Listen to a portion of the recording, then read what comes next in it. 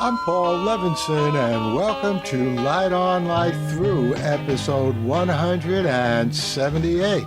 My review of the first season of Debris on NBC television here in the United States.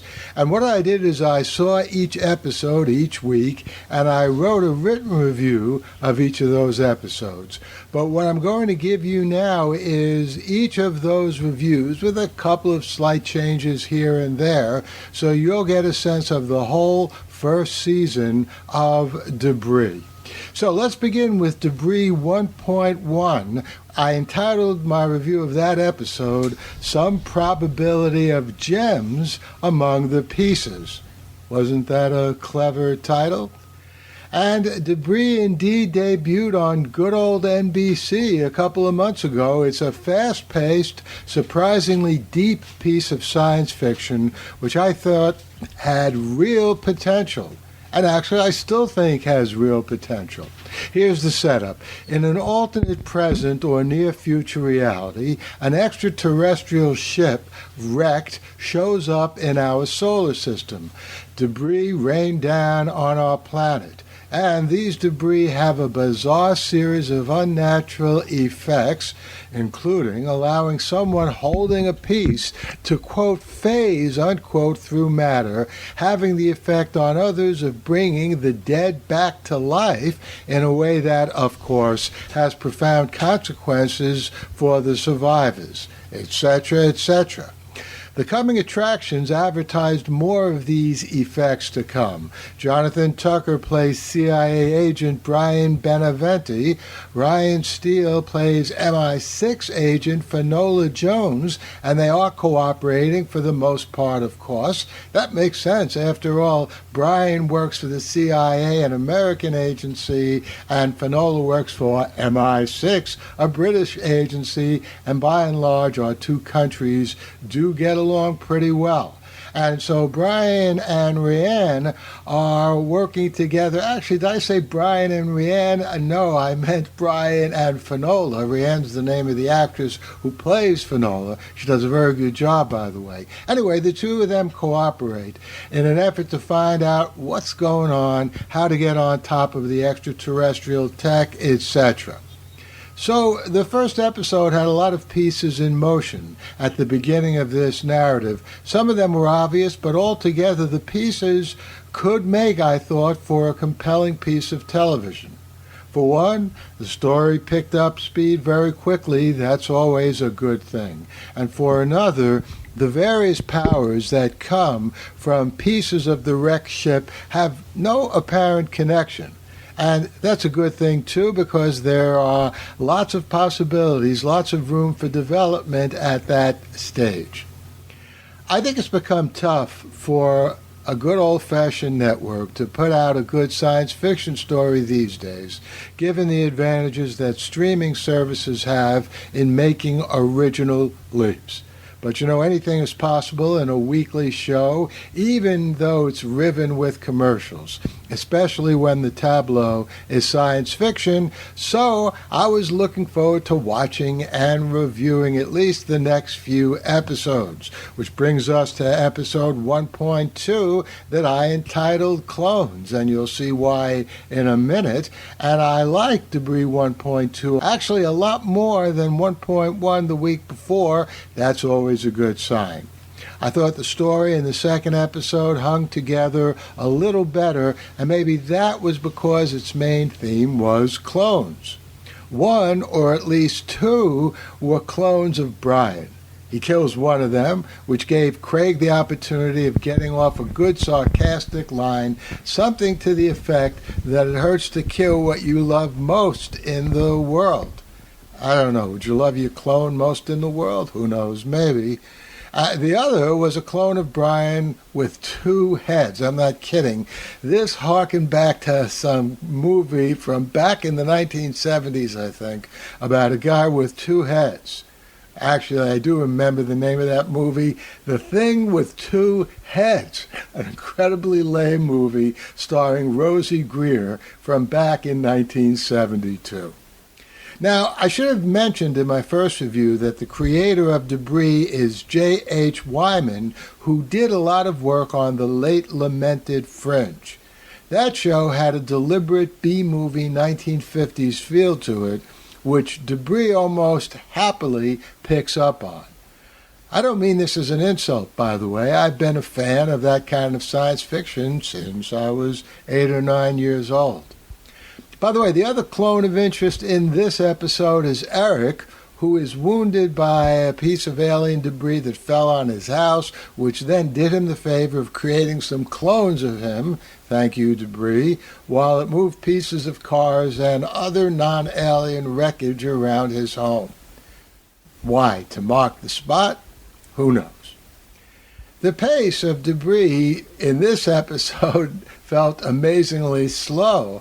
I know I said otherwise last week when I was talking about the other episode or when I wrote the review of that other episode. But in this episode, that is 1.2, it was very slow in terms of telling us what's really going on. The episode holds its cards very close to its chest. I don't know, can an episode hold cards? Yeah, maybe. And so far, in 2 weeks, all we've learned about the grand scheme of things in this narrative is that an alien shipwreck left debris on planet Earth, which is causing all kinds of strange effects. And as in Fringe, these effects so far are a blend of horror and science fiction, which is okay by me, but I'd like to learn more, and I guess that's the reason for the slow pace. I'd also like to see a little more story for Finola, the MI6 agent, played by Rhiannon Steele. Let's get to Debris 1.3, which I cleverly entitled my review of that episode, Trapped Out of Time. And it was an excellent episode that connected in a bunch of ways and opened up some intriguing possibilities. The main agenda in that episode are people who disappear and are trapped in another dimension barely perceivable to us as a result, of course, of the debris. We hear clearly for the first time that the extraterrestrial ship was both intergalactic and extra-dimensional. In the case of the trapped people, they disappeared from Earth, ranging from very recently to as long ago as 1976. Hey, that's when my wife and I got married. I don't think that had anything to do with debris.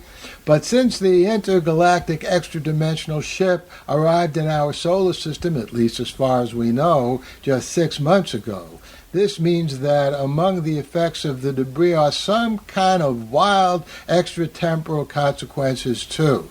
That is a type of time travel. For the people who are trapped, it seems that just a very short time has passed, and judging by their apparent lack of aging, it indeed has. But by our tracking of time, in which the weirdest thing is setting the clock backward or forward twice a year. By the way, I don't like when we do that in the fall, but I'm very happy in the spring because it gives us more light at the end of the day. But that is the weirdest way in which we manipulate time in our reality. That is very different than, as I just mentioned, the time was manipulated in this episode. So I thought that was a good thing. And another good thing is that all the temporally trapped people in that episode are actually rescued, giving us the first passably happy ending in the first 3 outings of Debris. Meanwhile, the overlay of spy story is gradually getting more appealing too. There's the CIA and MI6, as I mentioned, cooperating most of the time. There are the Russians, and there's a mysterious group called Influx. Again, as far as we now know, the first 3 groups are human, but what about Influx? And then there's the question, which will likely be looming for a long time, actually 2 questions. Why did the ship come here? And why did it blow up or become a wreck and spew debris down on planet Earth? Chances are we didn't do that to the ship, but who knows? All right, so there's more than enough science fiction and all of that to keep us occupied for a while. Let's see what happens in the subsequent episodes. Episode 1.4, I entitled that Suspensia. belief. That's SUSPENTIA, belief. And I know I keep saying this, and that's because it's true. Debris does keep getting better and better, and it did this again in episode 1.4. I especially like the use of extraterrestrial tech, suspensia, to cure a different debris effect, the extraterrestrial terraforming of our atmosphere into one in which chlorine, deadly to life on Earth, replaces oxygen. Oy, not a good idea. Now this, again, like many an episode of Fringe, is an old and still intriguing science fiction chestnut of terraforming other planets to make them more suitable to human life, and vice versa. That is, terraforming our good Earth to make it more habitable to some alien species that, I don't know, would rather breathe in chlorine than oxygen. Finola plays a major role in applying suspensia to save a group of people who will die on Earth having been transformed into chlorine-breathing beings. She put them into suspended animation until we humans develop the means to bring them back to life in our oxygenated world. It's a big risk, of course, because who knows if that'll ever happen, but it's far better than the alternative of choking to death, which is what would have happened to those poor people. Meanwhile, Finola also learns that Brian knows her father is alive and he didn't tell her.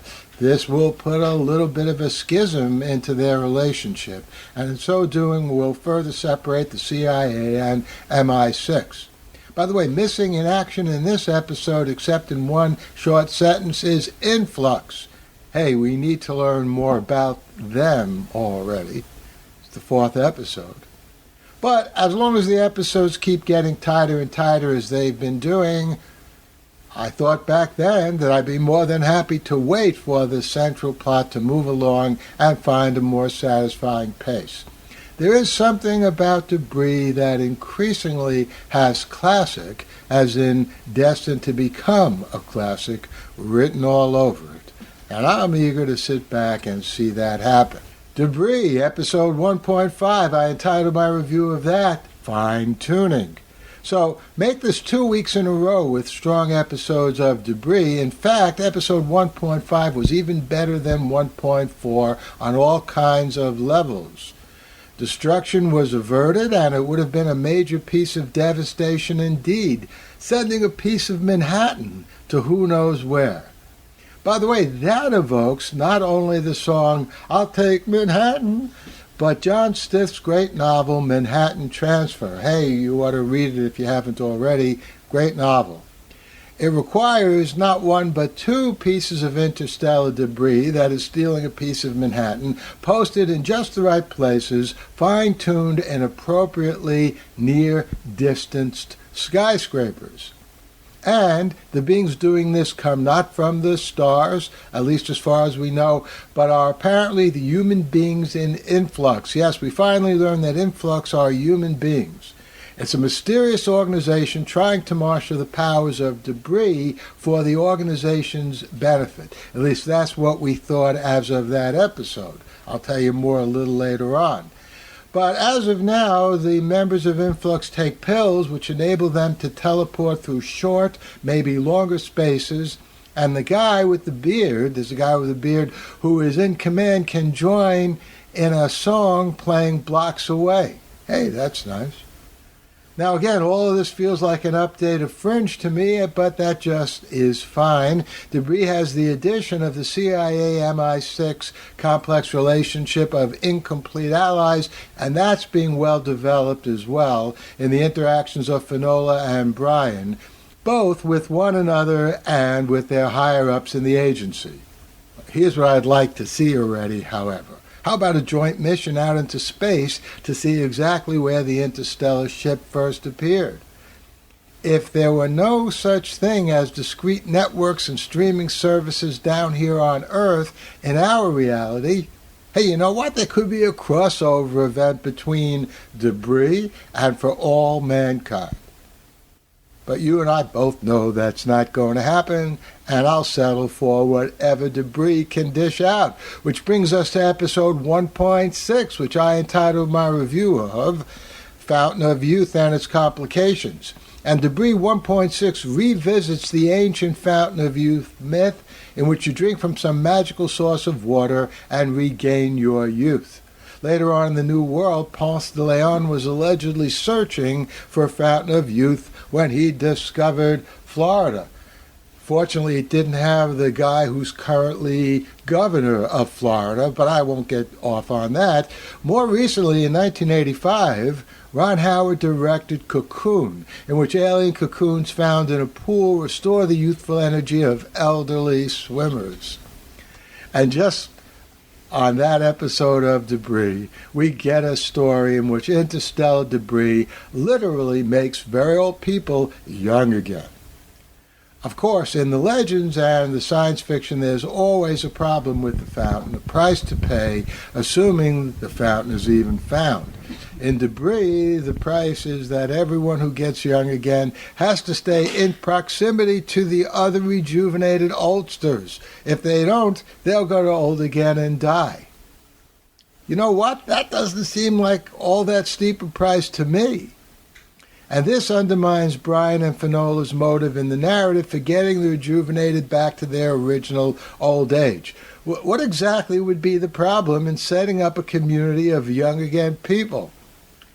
Maybe this was explained and I missed it because I'm getting old and I fell asleep, but I don't think so. And it seems the main motive of Brian and Finola is to counteract any effects of the interstellar debris on Earth, even if those effects are beneficial. So this in turn brings to the fore a much larger question which gets at the very heart of this series. If all the effects of the debris were bad or could be used for bad purposes, it would make perfect sense to track down all the debris and keep them out of reach. But if some of the debris are beneficial, what then? Are Brian and Finola on the side of the angels, or are they just another pair of warriors in a very new kind of war? By the way, I have to mention, back in 2010, I was interviewed on an episode of Ancient Aliens on the History Channel, and in that interview I questioned why governments rather than citizens should be the presumptive interface between human beings and extraterrestrials who come to Earth. I mean, last time I checked, we didn't elect people to office because we expected they would deal with aliens or extraterrestrials, right? Anyway, I'll post a link to that interview on the show notes of this Light On, Light Through episodes. Look at 1 minute and 24 seconds into that video, and you'll see what I'm talking about. All right, let's get to the next episode, Debris 1.7. Oh, this is my best title for a review of a Debris episode. Actually, for a review of any episode of anything, I entitled it Ferry Cross the Mobius. Oh, ferry, cross the Mobius. Now, that doesn't scan all that well, but hey, if you grew up in the 1950s and 60s, you'll hopefully remember what song I am spoofing there. It was an interesting episode, by the way, 1.7. It served up another example of what the debris can do, mixing horror and humanity in the now signature way that debris does this, but once again not moving the ball of understanding very much forward. Speaking of signatures, by the way, the story had a lot of nice mythological touches, beginning with the mention of the ferry. That's why I called this Ferry Cross the Mobius. And moving on to that sweet little girl with supernatural, i.e. debris-endowed powers. These interludes have an almost scrapbook-like quality. If only Brian and Finola could see the whole scrapbook rather than just these weekly pages. And you know, I feel the same way as a member of the audience. Now, as I just told you in my review of episode 1.6, I objected to the assumption of Brian and Finola and their superiors that says governments are the proper custodians and regulators of the debris and all their effects. No one in any country ran on any platform in which they asked the voters to give them soul or any power to represent humanity and human interest in the event that we are visited by extraterrestrials and their debris rain down on us. Maybe someone on Twitter, maybe Scroobius Pip under a pseudonym, commented that that's what Anson Ash is saying and working against. He, that is Anson Ash, a character who we now find out works for Influx, he's played by an actor with a perfect name for a narrative like this, Scroobius Pip. To me, it suggests a combination at least of Ebenezer Scrooge and Mobius Strip. Anyway, in this episode, he is unceremoniously tortured by Maddox, our CIA guy. I don't particularly like him. I do like the actor, but not the character. And that, of course, brings home the point, doesn't it? What is our government doing torturing this guy? Now, back in the days of 24, Jack Bauer would regularly torture anyone who had valuable information about a terrorist plot and didn't want to share it. But Ash is not quite a terrorist. He's fighting for something which might take innocent lives for sure. But the philosophy of his cause, again, I think it has a good element. Fighting about a boat which so far in this story doesn't even have a name. Let's get to the next episode, Debris 1.8. I entitled this one, Resurrection and Its Hazards. And I thought Debris finally cashed in this episode. All right, it was only the 8th episode, so maybe finally is a bit harsh, but it does seem like it's been a long time. On the promise or threat of Finola's deceased father, George, being resurrected or reanimated is the more occurrent word or term. Now, you know, if that happened, that George couldn't possibly be exactly the same. What's the point of resurrecting someone if they're going to be exactly the same? That's pretty boring. And of course, that's not the case here. You know, there's what I years ago called the paradox of duplication. You can never make a perfect or complete copy of a unique entity, such as any human being, because that duplication will undoubtedly rob the original of a crucial characteristic, its uniqueness. And worse than that, and this was explored so well in Frank Herbert's Dune Messiah, chances are the people or beings who brought a departed loved one back to life will endow that reanimated entity with something not to your liking. Since Debris, like Fringe, is deeply obligated to the great science fiction of the past, of course there has to be something sinister about the alive-again George that will break Finola's heart. We just got a glimpse of a confirmation of this in the very last scene when George, in quotes, I'm putting him in quotes because he seemed to disintegrate, or I don't know, like sort of disappeared under a blanket. Anyway, one good thing about George back to life, however, at least as far as the viewing audience is concerned, is that he provided about the best explanation I've heard so far about why the interstellar debris are so valuable to Earth and humanity. We're way off track, falling apart, irrevocably declining, and the debris can help us right our course. In a phrase, that debris technology can save us. Though that seemed a tad more relevant 6 months ago, we're still not completely out of the woods yet by a long shot, that is, out of the pandemic woods, so I'll keep watching debris. Now, I keep watching anyway because I'm an irredeemable or irremediable, I'm not sure what the best word is here, sucker for classic science fiction. Let's get to Debris 1.9. I entitled that episode Resets 1. Whoa, I thought it was a brilliant game-shaking episode 1.9 of Debris, in which the piece of said debris shifts those who come into its presence, drum roll, wait for this, into alternate realities. That is, what clearly is not one, but what seems to be an unlimited series of alternate realities. That would be a cool centerpiece of this narrative, of any narrative, but the story that plays out for our characters is an ingenious piece of work in itself, for just an episode of a television series. The hour starts off conventionally enough, that is conventionally enough for debris. A diver comes into contact with a piece of debris off the coast and finds he's in an alternate reality without his sister, who was in the first reality. And the narrative stays conventional enough, that is conventional enough for debris, throughout most of the rest of the hour. Brian and Finola investigate what's going on, now with the help of Finola's father.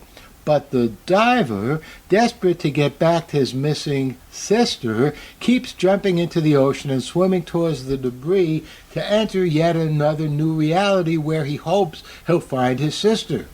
And we see everything from the diver's perspective, including Brian having different partners in some of these realities. I thought that was pretty cool. Finola's father says colors are important in understanding what's going on, especially the color orange. I don't know, is this an episode of In Treatment? Hey, if you haven't seen it, I'd recommend it. Not science fiction, but it has the color orange in the opening credits. In an especially nice touch, it even looks like one of the Bryans has orange-reddish hair. Yeah. So what do? They dyed Jonathan Tucker's hair or just changed the lighting? Or maybe my eyes or mine was playing tricks on me. But all of that is just prelude to what happens near the end. Brian tries to stop the diver from swimming towards the debris. The repeated resets of reality could, quote, damage the universe, unquote. And Brian gets sucked into an alternate reality himself, where, among other things, Finola is not his partner. And this episode turned out to be just part one of a two-part story about alternate reality resets. I've seen some good alternate reality episodes on various science fiction series over the years. Those on Star Trek, the original series, and Star Trek The Next Generation are especially memorable. But I thought this episode of Debris was something new, very different, and right up there with the best. But I have to say, I didn't even bother to review Debris episode 1.10 because, I don't know, it was the second part of an episode, a two-part episode, in which the first part was great, and I really enjoyed the second part too. I thought it was an excellent episode until the very end, in which Brian is reunited with Finola. Okay, not that I wanted to see him stuck there, but there really wasn't much explanation as to how he got back with Finola. In other words, I thought Brian got out of the alternate reality a little too easily. Anyway, see that episode for yourself. See if you agree. That's Debris 1.10. I entitled my review of Debris 1.11 Connections. That's probably my worst title for a review, but hey. Anyway, that episode didn't make things easy for Brian at all. A woman near some debris knows about Brian's past, about events only he would have known from when he was serving in Afghanistan. So Finola figures out that when Brian was cloned, that the debris kept a part of him, or at least some of his memories. And this woman, who knows things only Brian knew, had some contact with some debris, and she picked up Brian's memories from that piece of debris.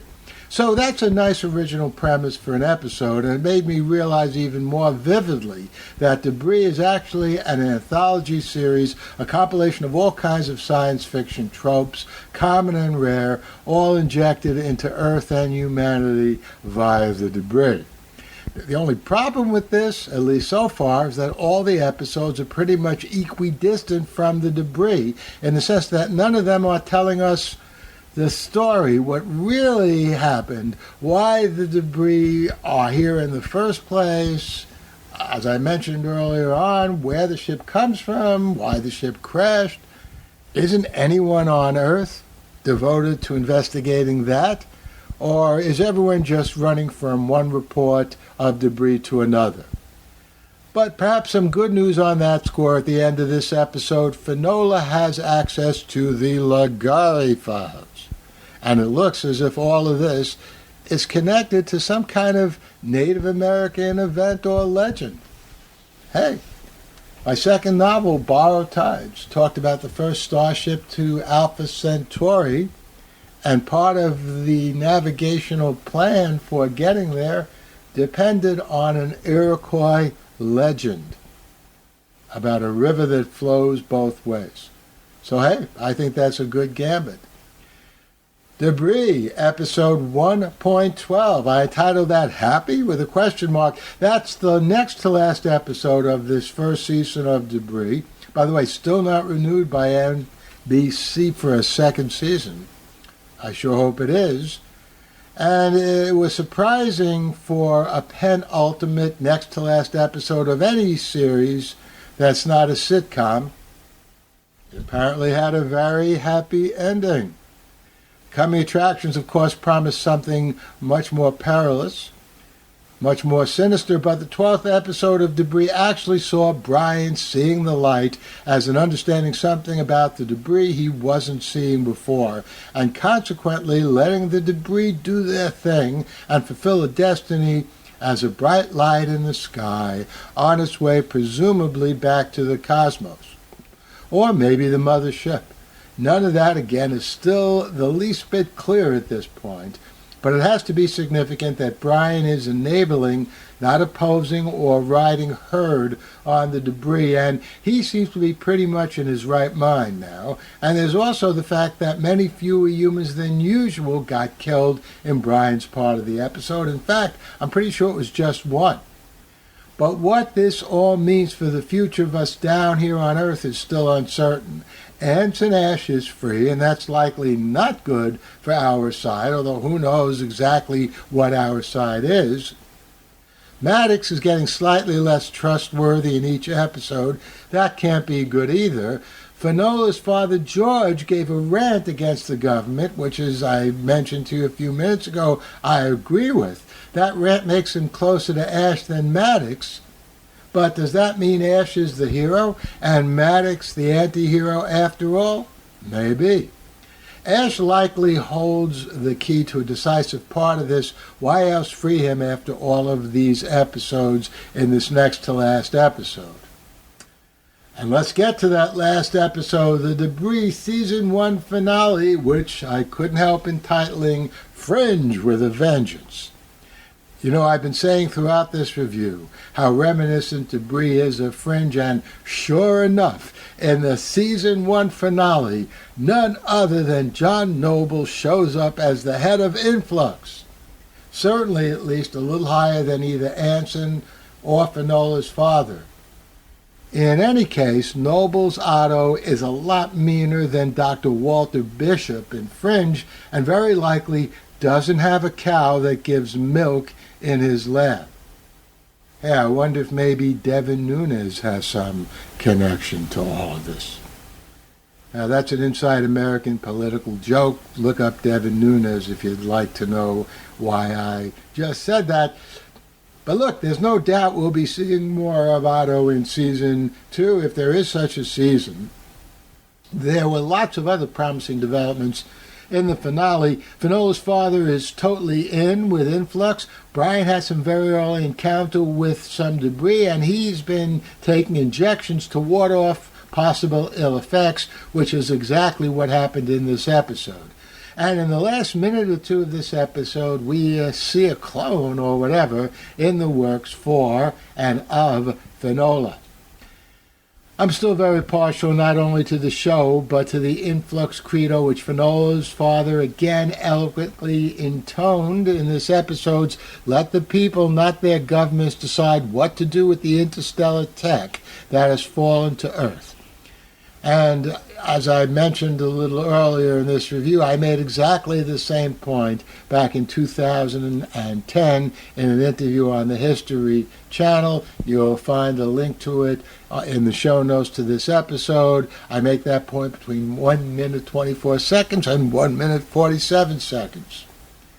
Now, I do think Debris has been too diffuse this first season, too slow to get to punchlines, though all of this took a sharp turn for the better, I thought, with the two-part alternate reality episode a few weeks back.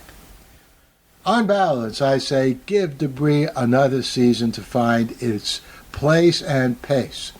extraterrestrial technology is a hugely suggestive tableau, and I'd like to see another season of it realized. The Light on Light Through podcast. Well, I hope you enjoyed this review of the first season of Debris. I'll be back here next Saturday with another review of either a science fiction series or a science fiction movie, maybe, who knows, a mystery series or movie. In the meantime, stay safe, stay sound, and enjoy.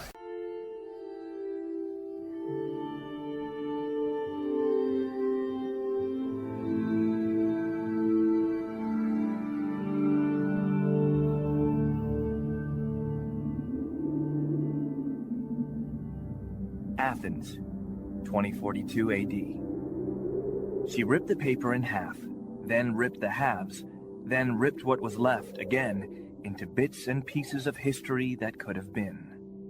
Sierra Waters had read once that, years ago, it was thought that men made love for the thrill, while women made love for the sense of connection it gave them. Curled Up with a Good Book says, Sierra Waters is sexy as hell. You can find out more about The Plot to Save Socrates by Paul Levinson at theplot2savesocrates.com.